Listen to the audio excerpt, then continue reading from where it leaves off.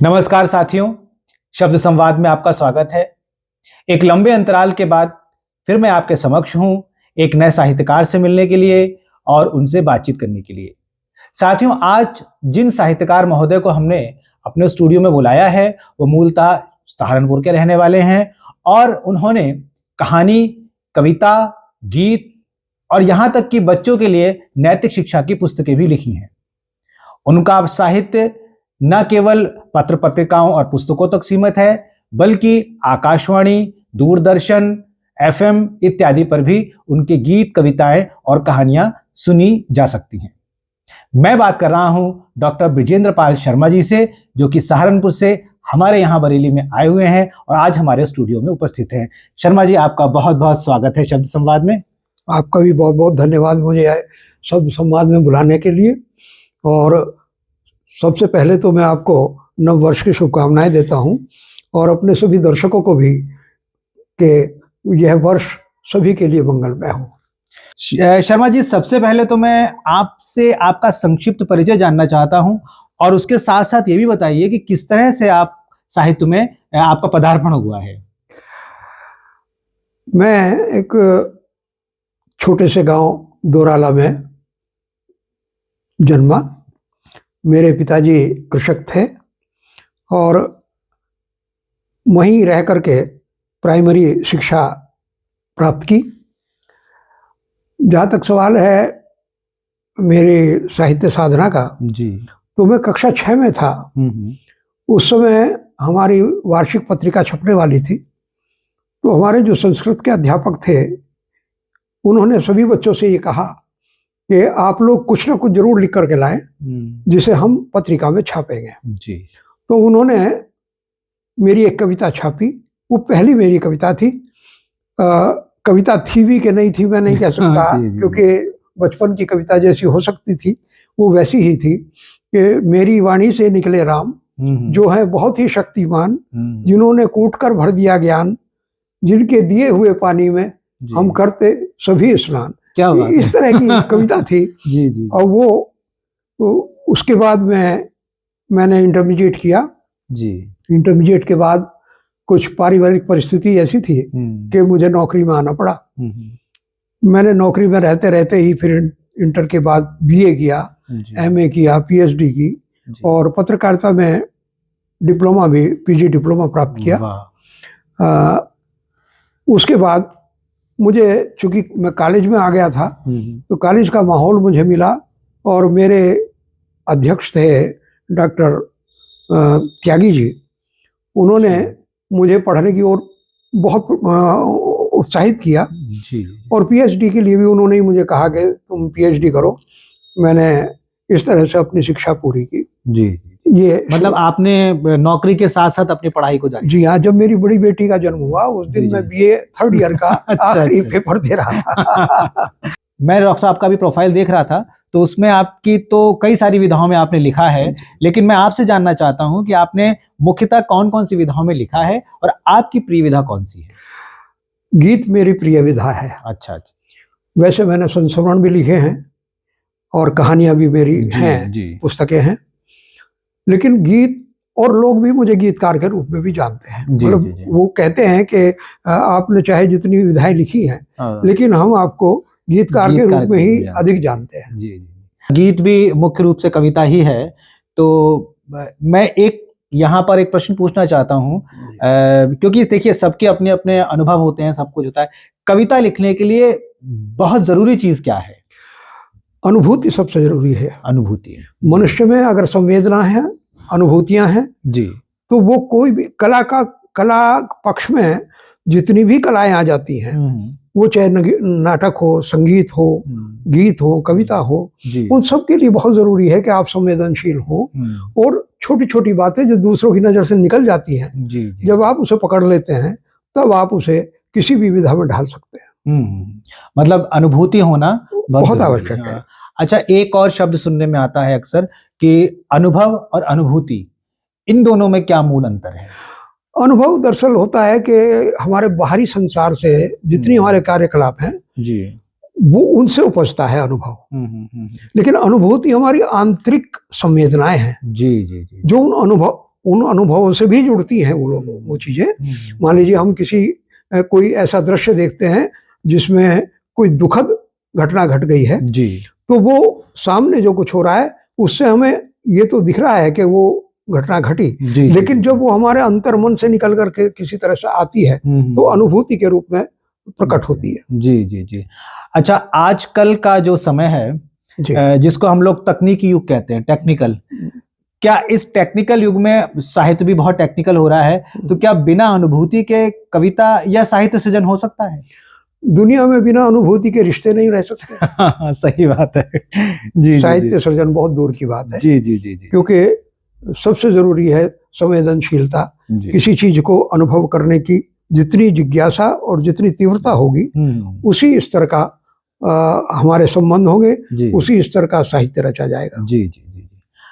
Doctor साहब, आपकी अब तक कुल कितनी पुस्तकें प्रकाशित हैं? मेरी 5-6 पुस्तकें हैं, बहुत ज्यादा नहीं है। जी जी जी। हाँ, क्योंकि लेखन जो है मेरा बड़ा धीमा रहता है।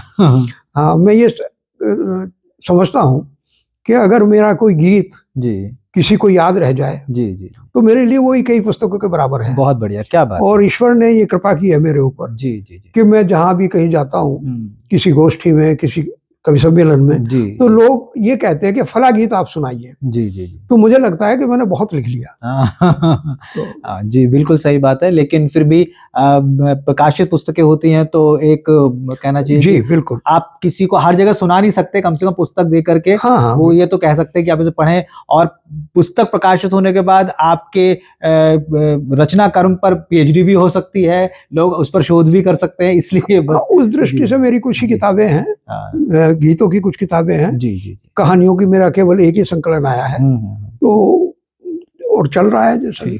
अच्छा, आपने कहानियों का नाम लिया, तो गीत में तो आपने अनुभूति के विषय में बताया।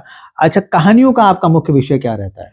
मेरी कहानियां वैसे तो मनोवैज्ञानिक भी हैं जी, लेकिन सामाजिक ताने बाने से जुड़ी ज्यादा कहानियां हैं, क्योंकि मैं यथार्थवादी चित्रण में जी जहां आदर्श का पुट भी हो उसमें अधिक विश्वास करता हूं।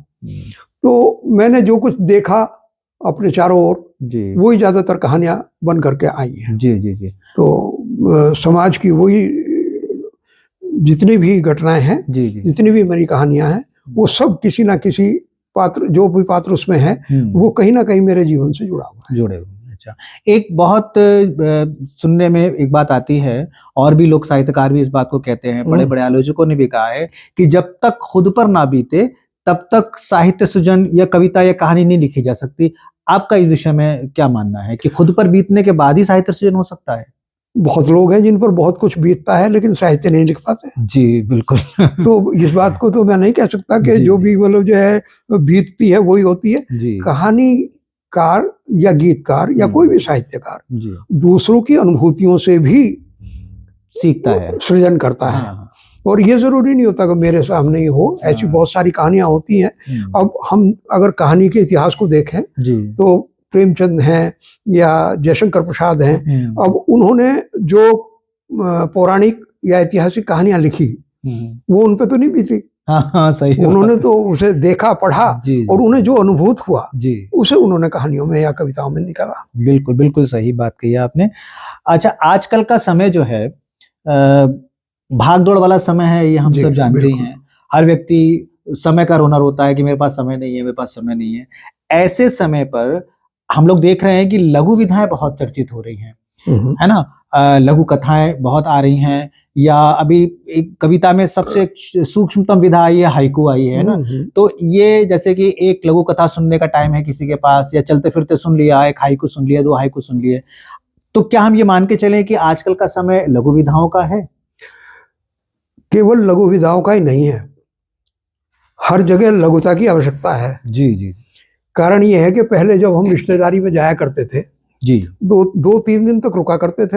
हाँ। आज बारात जाती है और वापस आने कितनी जल्दी वापस होगी ये वैसे सोचने लगते हैं। इसलिए सामान्य रूप से भी व्यक्ति के पास समय नहीं है। तब अगर हम लंबी लंबी रचनाएं लिखेंगे या लंबी कहानियां लिखेंगे, अब उपन्यासों का समय नहीं रहा। कभी कभी हम देखा करते थे कि वेद प्रकाश काम्बोज जैसे जो लेखक थे उनके उपन्यास होते थे 500-500 पृष्ठों के। लोग खाना नहीं खाते थे, मतलब खाना खा रहे हैं, उपन्यास पढ़ रहे हैं जी। उनके पास चूंकि समय था। हाँ आज अपने जीवन की आवश्यकताएं इतनी बढ़ गई हैं हाँ कि व्यक्ति के पास समय नहीं रहा। नहीं है, जी। वो उन्हें जुटाने में ही अपना सारा समय उसका लग जा रहा है। जी तो जो थोड़ा थोड़ा भागते दौड़ते मिल जाता है जी। वो उसी, और मैं समझता हूँ कि लघु जो विधाएं हैं वो अधिक देर तक जीवित रहेंगी। मतलब लघु विधाएं कालजयी होती हैं। हाँ। डॉक्टर साहब, मुझे जहां तक याद आ रहा है कि आपको लोग माहिया कार के रूप में जानते हैं। आपने माहिया काफी लिखे हैं। जी जी। तो ये एक, हालांकि कुछ लोगों को, दर्शकों को पता भी होंगे और बहुतों को नहीं भी पता होंगे। मैं ये चाहता हूं कि माहिया के विषय में आप थोड़ा सा बताएं, और ये क्या है मूल रूप से, कैसा मतलब छंद है, कैसे लिखा जाता है, कैसी इसकी उत्पत्ति हुई है, ये आप हमारे दर्शकों को बताइए। माहिया मूलतः पंजाब की विधा है जी। और ऐसा कहा जाता है कि वहाँ बालो और माही दो प्रेमी थे जी। जो आपस में जब बात करते थे तो उस बातचीत को ही लोगों ने माहिया का रूप दिया। अच्छा। ये भी हम जानते हैं कि बहुत पुराने हमारा जो है वो काव्यात्मक ही साहित्य है ज्यादा। जी जी जी। तो वार्तालाप भी काव्य में ही हुआ करते थे। जी। तो वहां से माहिया की शुरुआत हुई और इसका जो गठन है वो 3 पंक्तियों का है केवल। 12 मात्राओं का होता है। अच्छा।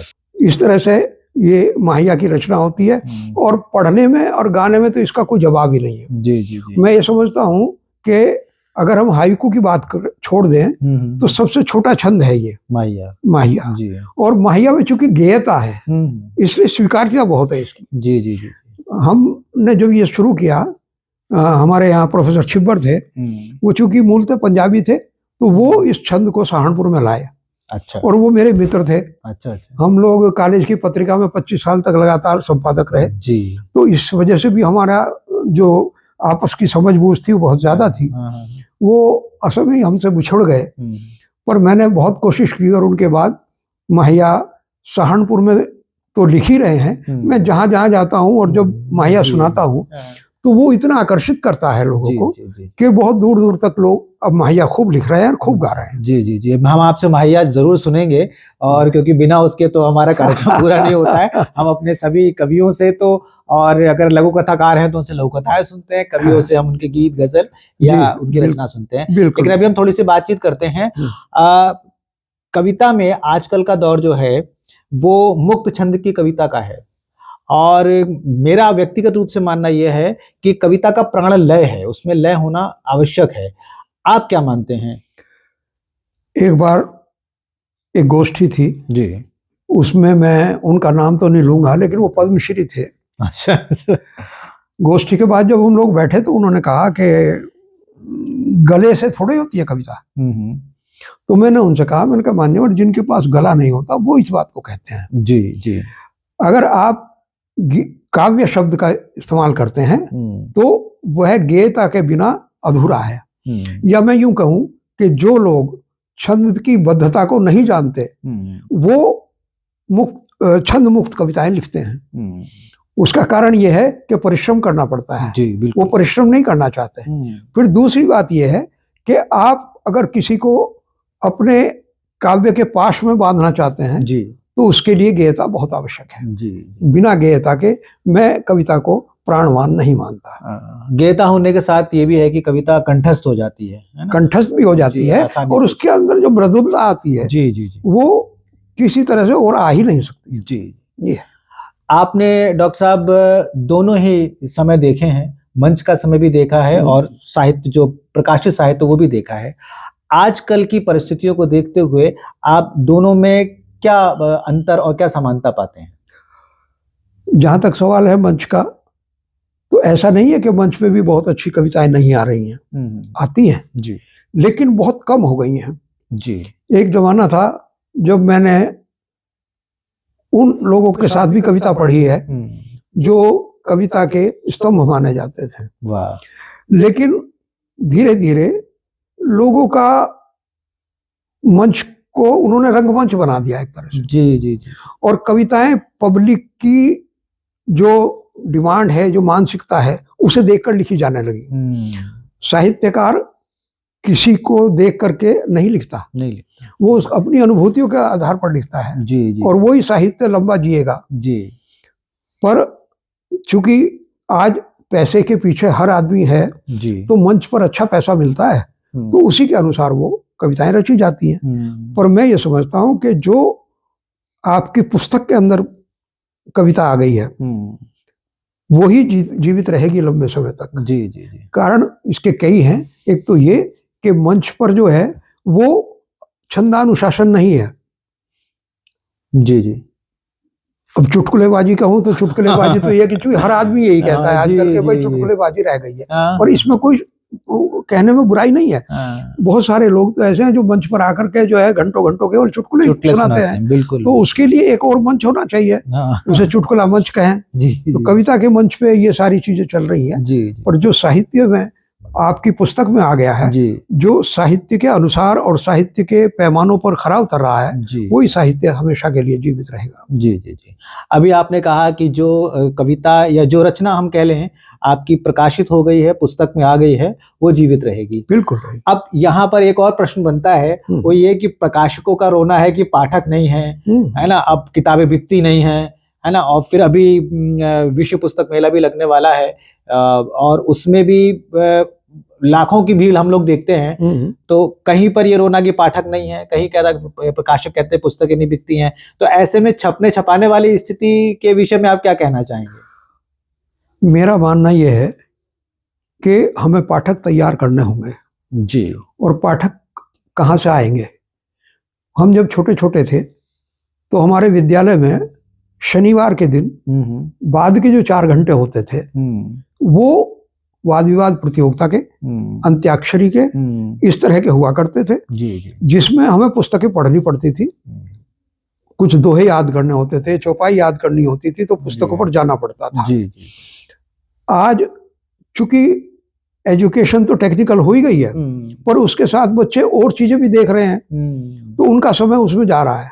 ये जिम्मेदारी हमारे विद्यालयों की और हमारे जो परिवार हैं उनकी बनती है कि वो अपने बच्चों को पुस्तकों की ओर लाएं। जी जी। और उसके लिए हमारी जो बच्चों की कविताएं हैं, किताबें छप रही हैं, वो उनके एक दफे तो यही होगा कि अब लेखक ये मान करके चले कि हम समाज के लिए क्या देना चाह रहे हैं। अगर वो कुछ बच्चों को अपनी किताबें इस तरह से बांटें जी जी, तो ये भी एक तरीका हो सकता है कि बच्चे किताबों की तरफ उन्मुख हों। जी जी, ये मैं जी बिल्कुल सही कहा आपने। और मेरा अगला प्रश्न भी इसी बात से बन रहा है कि आजकल की जो पीढ़ी है हमारी, उनको किताबों से जोड़ने के लिए, उनको पठन पाठन से जोड़ने के लिए मुझे याद है कि जब मैंने अपनी शुरुआत की थी कविता लिखने की, तो गोष्ठियां होती थी लोगों के घरों में, कवि सम्मेलन होते थे और प्रतियोगिताएं कविता की हुआ करती थी उस समय में। हालांकि पुरानी बात हो गई काफी, आज हम ऐसी स्थितियां नहीं देखते हैं, है ना। तो आपको क्या लगता है कि हम बच्चों को, आने वाली पीढ़ी को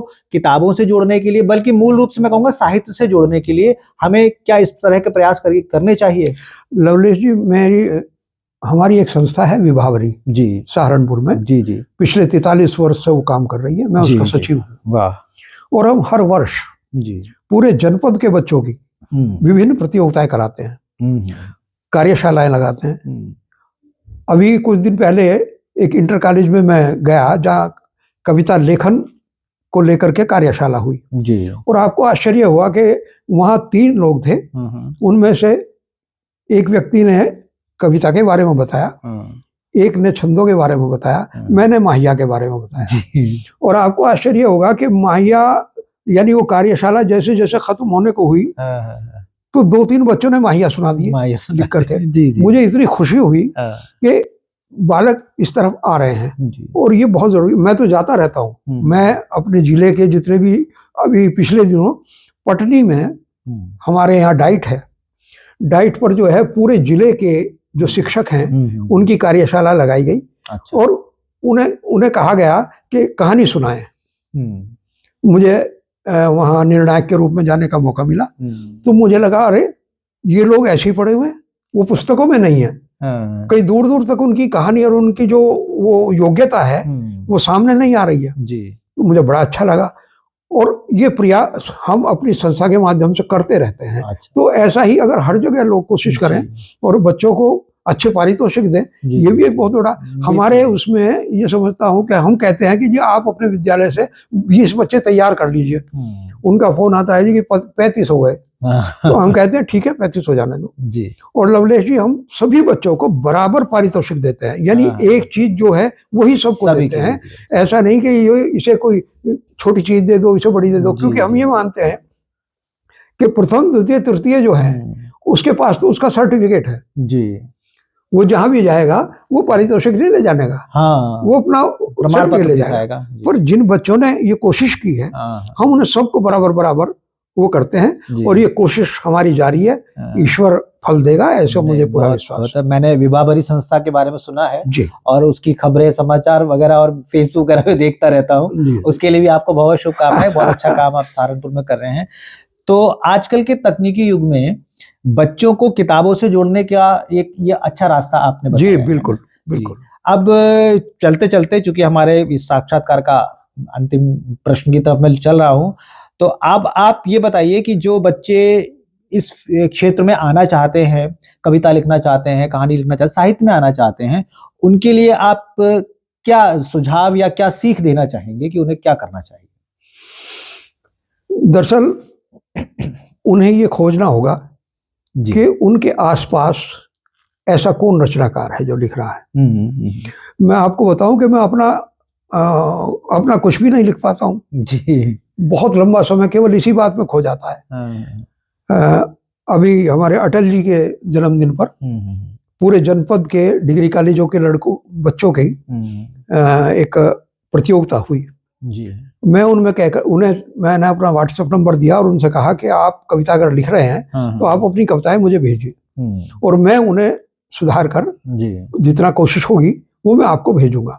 तो आपको आश्चर्य होगा कि 10-15 बच्चे ऐसे हैं जिन्होंने फटाफट अपनी कविताएं मुझे भेजी जी। और मैंने जो संभव हो सकता था, तो मुझे लगता है कि जब वो उस कविता को दोबारा पढ़ेंगे तो निश्चित रूप से उनका प्रोत्साहन होगा और वो आगे आने की कोशिश करेंगे। जी जी बिल्कुल बिल्कुल सही कहा आपने। मतलब बहुत जरूरी है कि हम बच्चों को इस तरह से प्रोत्साहित करें, कल का भविष्य तो वही है ना। बिल्कुल बिल्कुल सही बात है, उन्हीं पे हमें केंद्रित करना पड़ेगा जी जी जी बिल्कुल।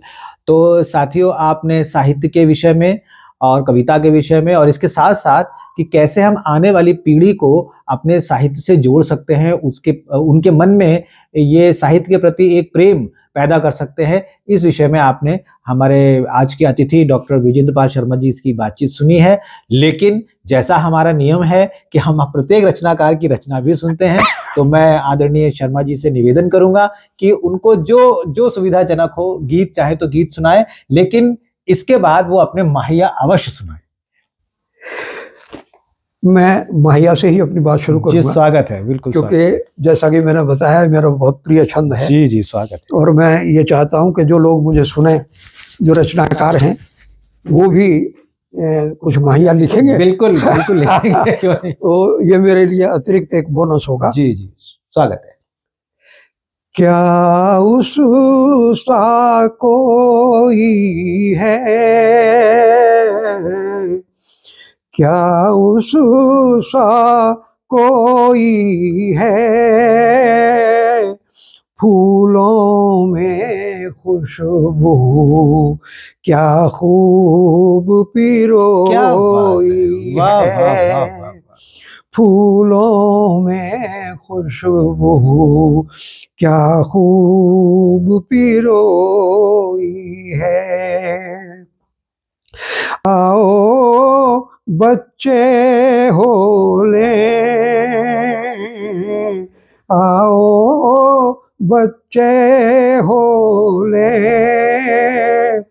इसी बहाने से कुछ पल सच्चे हो ले। बहुत सुंदर, बहुत सुंदर। इसी बहाने से कुछ पल सच्चे हो ले। मत जी लाचारी में, मत जी लाचारी में, श्रम के गहने रखो तन की अलमारी क्या बात है, में। बहुत सुंदर, बहुत सुंदर। श्रम के गहने रखो तन की अलमारी में। जो प्रेम पुजारी है, जो प्रेम पुजारी है, वे ही जीने के सच्चे अधिकारी क्या बात है, हैं। बहुत सुंदर। वे ही जीने के सच्चे अधिकारी हैं। और लवलेश जी, जी, हम प्रेम पुजारी हैं, हम प्रेम पुजारी हैं।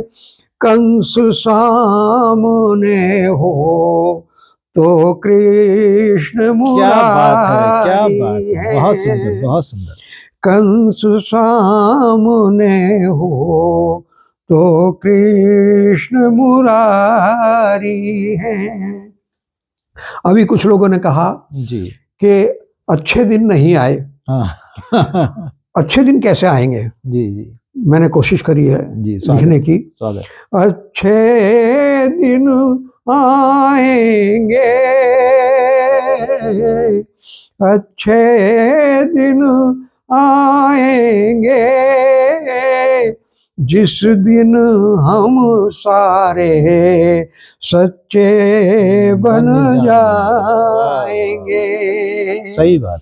जिस दिन हम सारे सच्चे बन जाएंगे। बहुत सुंदर, बहुत सुंदर। ये बहुत कुछ माहिया जी, बहुत मैंने शानदार, आपको बहुत अच्छे माहिया आपने सुनाए। अब निवेदन है, क्योंकि आपने शुरुआत में कहा था कि आपको गीतकार के रूप में लोग जानते हैं, तो एक गीत हमारे दर्शकों का बस सुनाइए। नया वर्ष है जी, नए वर्ष पर एक गीत स्वागत है। सभी को समर्पित कर रहा हूं। न हो उलझने जिंदगी मुस्कुराए, न हो उलझने जिंदगी मुस्कुराए, समय देवता हर बला से बचाए, न हो उलझने। मिटे भ्रांतियां, मिटे भ्रांतियां, खिल उठे देश सारा, मिटे भ्रांतियां, खिल उठे देश सारा, बुरे भाव तज कर कुटिल मन हमारा, सुचिंतन मनन की नदी वे नाए, सुचिंतन मनन की नदी वे नहाए, न हो उलझने। बढ़े लक्ष्य ऊंचा लिए नौजवानी, बढ़े लक्ष्य ऊंचा लिए नौजवानी, रचे शौर्य की कोई अनुपम कहानी, उषा दिग्विजय के, उषा दिग्विजय के कमल नित खिलाए, न हो उलझने। मिले काम सबको, न हो हाथ खाली, मिले काम सबको, न हो हाथ खाली, किसी द्वार पर भी न दिखे सवाली, न ऊंचा भवन झोपड़ी को चिढ़ाए, न ऊंचा भवन झोपड़ी को चिढ़ाए न हो उलझने।